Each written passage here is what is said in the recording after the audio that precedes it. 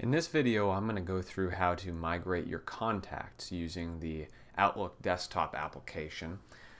So the use case, or the reason you would use the desktop application instead of using Outlook web apps, and when I say Outlook web apps, I mean using within Office 365 the people, is if you have thousands of contacts. If you have over 1,000 contacts, I would recommend that you use the desktop version instead. I ran into an issue earlier today.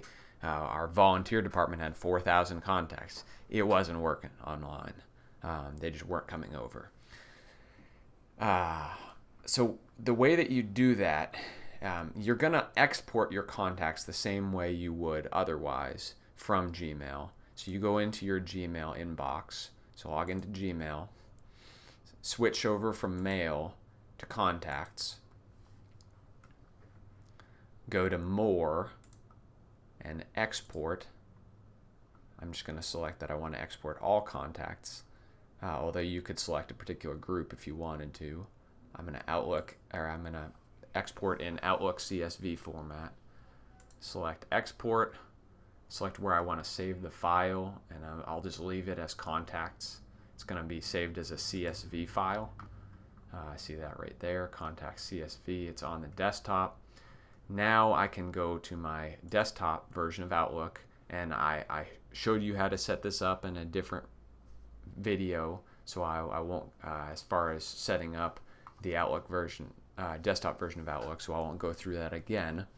But the way that you now open that CSV file and import is you go to File, Open, and Import, and you'll select Import from another program or file.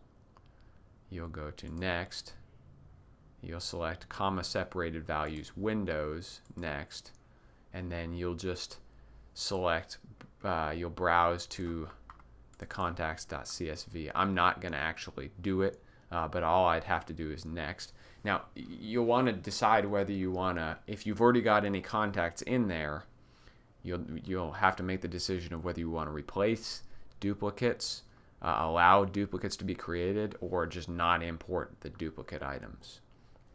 So that's how you import your contacts or migrate your contacts using the desktop version of Outlook. Now, when I use the desktop version, fortunately it synchronizes with the online version, so even if I use the desktop version, my contacts would end up here, just as they would if I imported them directly through the online version.